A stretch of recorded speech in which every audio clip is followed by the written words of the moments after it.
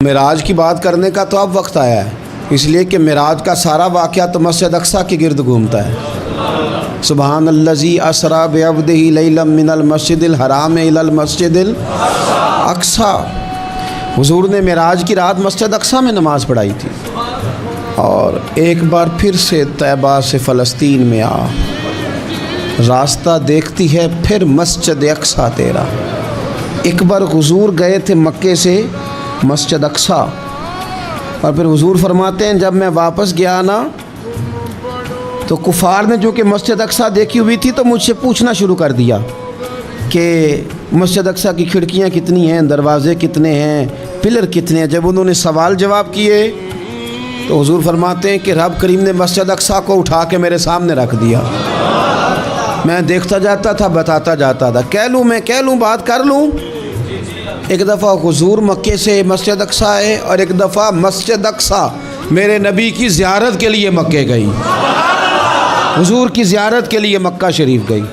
اور میرے نبی تو صرف کسی چیز کی طرف ایک دفعہ دیکھ لیں تو وہاں رحمت کے پھول کھلتے ہیں۔ مسجد اقصیٰ کی طرف منہ کر کے 17 مہینے میرے نبی نے نماز پڑھی ہے۔ مسلمانوں پتہ ہی کوئی نہیں، ہماری خبریں ہی اور ہیں، ہمارا درد ہی اور ہے، ہمیں پتہ ہی نہیں بم کہاں برس رہے ہیں، ہمیں یہ خبر ہی نہیں۔ اور میں اس دور میں تقریریں کر رہا ہوں جہاں سوتوں کو جگانا نہیں پڑتا، جاگتوں کو جگانا پڑتا ہے۔ سیانے لوگوں کو سمجھانا ہمارے ذمہ لگ گیا، کیا کریں؟ اس قوم کو سکھانا پڑتا ہے جسے پتہ سارا ہے، لیکن جان بوجھ کے آنکھیں ہماری بند ہیں۔ یہ مولوی کو بات کرتا تو لوگ کہتے دیکھو مولوی گالی دیتا ہے، لیکن اگر قائد اعظم محمد علی جناح کہے کہ اسرائیل امریکہ کی ناجائز اولاد ہے تو پھر تو تمہیں ہضم کر لینا چاہیے نا، پھر تو لیبرل کو بھی ہضم ہونا چاہیے نا کہ قائد اعظم نے کہا ہے، اور اس ناجائز بچے کو تم نے اتنی طاقتیں دے دی کہ وہ مسلمانوں کے قبلہ اول میں نماز پڑھنے والوں کو بھی نہ بخشے۔ کہاں گئی تمہاری وہ انسانی حقوق کی بڑی بڑی تنظیمیں، کدھر گئیں؟